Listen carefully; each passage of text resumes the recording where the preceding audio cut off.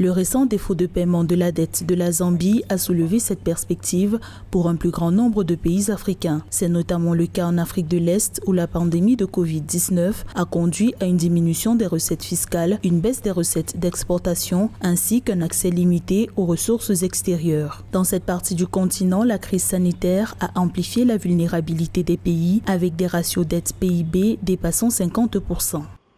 La crise sanitaire a fait en sorte que les économies n'ont pas trop tourné, les industries n'ont pas bien tourné, on a produit peu, on a exporté peu. Donc le ratio dette sur PIB égale 50% veut dire que la moitié de la richesse des pays de l'Afrique de l'Est est détenue par ses créanciers. Les dernières données de la Commission économique des Nations Unies pour l'Afrique, CEA, montrent qu'en moyenne, plus de 10% des recettes d'exportation et des revenus primaires de la région sont consacrés au remboursement de la dette. Les pays de l'Afrique de l'Est sont confrontés à des choix difficiles entre le paiement à échéance de la dette et la relance des économies.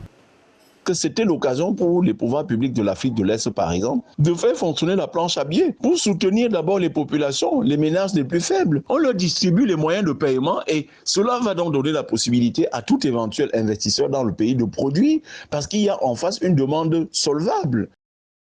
Le bureau sous-régional de la CEA pour l'Afrique de l'Est estime que les pays ont besoin d'un espace budgétaire pour faire face à la crise, sauver des vies et des moyens de subsistance et continuer à fournir les biens et services publics aux populations. Les efforts de rééchelonnement de la dette pourraient être insuffisants de l'avis de certains dirigeants, notamment Paul Kagame, président du Rwanda.